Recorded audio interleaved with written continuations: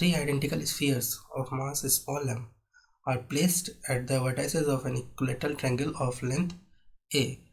तो देखो तीन आइडेंटिकल स्फीयर्स है और उनका मास जो है तीनों का स्मॉल एम है और तीनों का को रखा गया है एक इक्विलेटरल ट्रायंगल के कॉर्नर्स पे वर्टाइसेस पे और उस इक्विलेटरल ट्रायंगल का साइड लेंथ जो है वो ए दिया है। When released they interact only through gravitational force and collide after a time t equals to 4 second.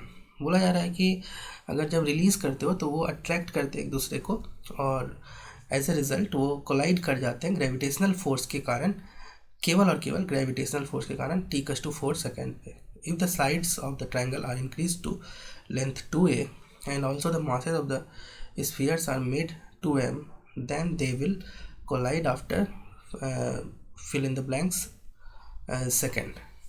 तो बोला जा रहा है कि अगर तुम उस ट्रायंगल का लेंथ जिसका कि पहले स्मॉल है था उसका साइड लेंथ को अगर 2a कर दोगे और एक चीज़ और बोल रहा है कि मास को 2m कर दोगे, पहले मास कितना था स्मॉल m, तो कितने टाइम पे कोलाइड करेंगे। पहले 4 सेकेंड में करता था, अब तुमसे टाइम पूछा गया है। तो let us draw this situation. तो देखो सपोज तुम्हारे पास जो है ना इक्विलेटरल ट्रायंगल है कुछ इस तरह से और इस इक्विलेटरल ट्रायंगल का साइड लेंथ मान लो ए है कुछ ए तरह। इस तरह इसमें ना तीन पार्टिकल्स को रखा गया है कॉर्नर्स पे, एक को यहाँ रख दो, दूसरे को यहाँ पर रख दो और तीसरे स्फीयर को यहाँ रख दो। अब तुम ही सोचो कि ये जो कोलाइड करेगा ये सब आपस में एक दूसरे को अट्रैक्ट करेंगे। जब ये अट्रैक्ट करेंगे तो तुम ये बताओ कि ये कहाँ पर कुछ इस तरह से तीनों सिमेट्रिकली आएंगे, मूव करेंगे और यहाँ पर तीनों कोलाइड करेंगे। तीनों को अट्रैक्ट करते हुए कुछ इस तरह से यहाँ पर सेंटर पे कोलाइड करेंगे यहाँ पर। तो अब तुम ही सोचो कि ये किन किन बातों पर डिपेंड करेगा। क्या ये साइड लेंथ के ऊपर डिपेंड करना चाहिए?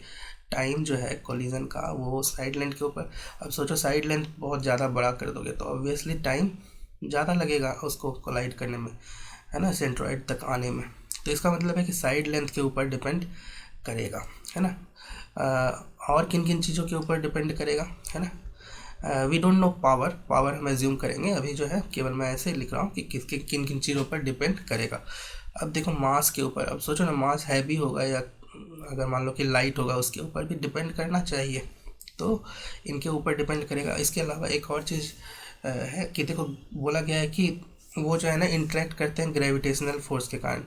देखो यहाँ पर कूलम्स लॉ तो नहीं बोल रहा है कि ओबे करता है, तो इसका मतलब है ग्रेविटेशनल फोर्स अगर ओबे करता है तो फिर इसका मतलब है कि कैपिटल जी के ऊपर भी डिपेंड कर सकता है। अब हम यहाँ पर पावर एज्यूम करते हैं ना। सपोज मान लो कि टाइम पीरियड जो है हम तीनों को कंबाइन कर देते हैं, एम की पावर एक्स के ऊपर डिपेंड करता है तो यहाँ पर एक्स एज्यूम करते हैं, ठीक है। और उसके बाद जी की पावर सपोज वाई और उसके बाद ए की पावर मान लो कि जेड के ऊपर डिपेंड करता है।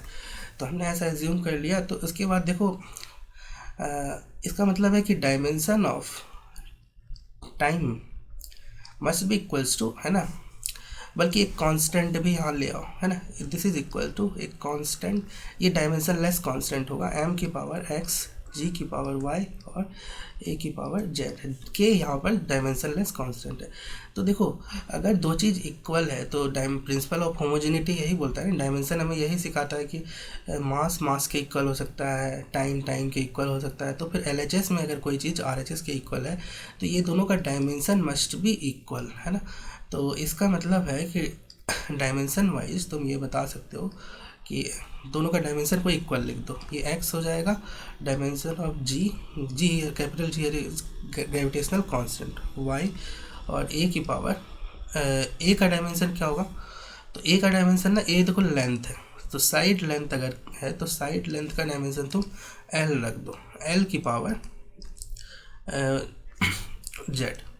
और टाइम को ऐसा लिख सकते हो तुम, टाइम को लिख सकते हो एम की पावर 0, है ना, और एल की पावर 0 और केवल टी की पावर 1। LHS को हम ऐसा लिख लेंगे। अब देखो अब फॉर्मूले को ओपन कर दो तो एम और जी के जगह क्या लिखोगे। देखो जी का डायमेंशन होता है एम की पावर -1, एल की पावर क्यूब और टी की पावर -2। ये तुमको याद रखना चाहिए, जी हमेशा पूछा जाता है एग्ज़ाम में, है ना। ये वाई और उसी तरह से l की पावर z। अब इसको हम और सॉल्व सिंप्लीफाई करते हैं, पावर्स को मल्टीप्लाई करते हैं।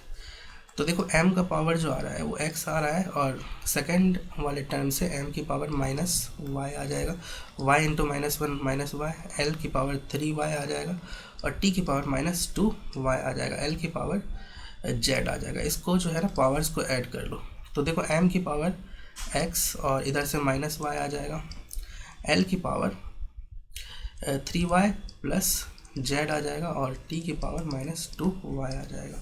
अब देखो इसको इससे इक्वेट करो, m की पावर 0, l की पावर 0 और t की पावर 1। पावर्स इक्वेट करो, पावर अगर इक्वेट करोगे तो यहाँ से आ जाएगा तुमको x minus y is equals to 0, पहला रिलेशन आ गया, और इससे आ जाएगा तुमको this gives you x is equals to y। तो ये पहला रिलेशन है। इसके बाद हम और भी रिलेशंस निकालते हैं। देखो -2y को 1 से इक्वेट कर दो, -2y इज इक्वल्स टू 1, तो this gives you y equals to -1/2। और ये जो है फर्स्ट रिलेशन का अगर तुम यूज कर लोगे तो actually this is also the value of x।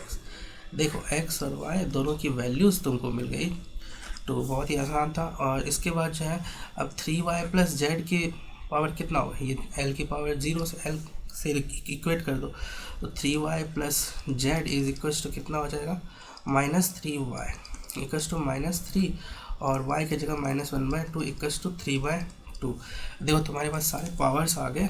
अब वैल्यूज़ रख दो। टाइम पीरियड जो होगा वो होगा k इंटू एम की पावर -1/2, g की पावर -1/2, और ये a की पावर 3/2। अब देखो तुमसे पूछा गया है मेनली तो m और a के बारे में ना, तो इसका मतलब टाइम पीरियड जो है इट इज़, जो टाइम है वो it is proportional to m की पावर a की पावर 3/2 रख लो, और m की पावर -1/2 मतलब नीचे चला जाएगा m का टर्म 1/2। और इसको तुम लिख सकते हो, इट इज़ डायरेक्टली है ना, इसको लिख सकते हो a की पावर a³ का 1/2 और डिवाइडेड बाय m की पावर 1/2, और इसको तुम लिख सकते हो a³ बाय m की पावर 1/2। तो देखो टाइम पीरियड ना कुछ इस तरह से प्रोपोर्शनल होगा। तो t के जगह रख दो, 4 सेकेंड रखा था पहले है ना, 4 ये होगा पहला इक्वेशन। अब दूसरा मान लो कि टाइम चेंज हो गया, t डैश हो गया है ना, तो t डैश इक्वल्स टू कितना हो जाएगा। तो अब देखो a के जगह तुमने 2a किया है, तो 2a का क्यूब डिवाइडेड बाय m की जगह 2m, और इन सभी का 1/2। ये हो जाएगा तुम्हारा सेकेंड टर्म बनेगा। अब देखो 2 का क्यूब कितना हो जाएगा, 8 हो जाएगा, और 8 डिवाइडेड बाय 2 करोगे तो कितना हो जाएगा 4, तो आ जाएगा तुम्हारा 4 अंडर रूट में 4 करोगे तो आ जाएगा 2 इंटू a³ बाय m की पावर 1/2।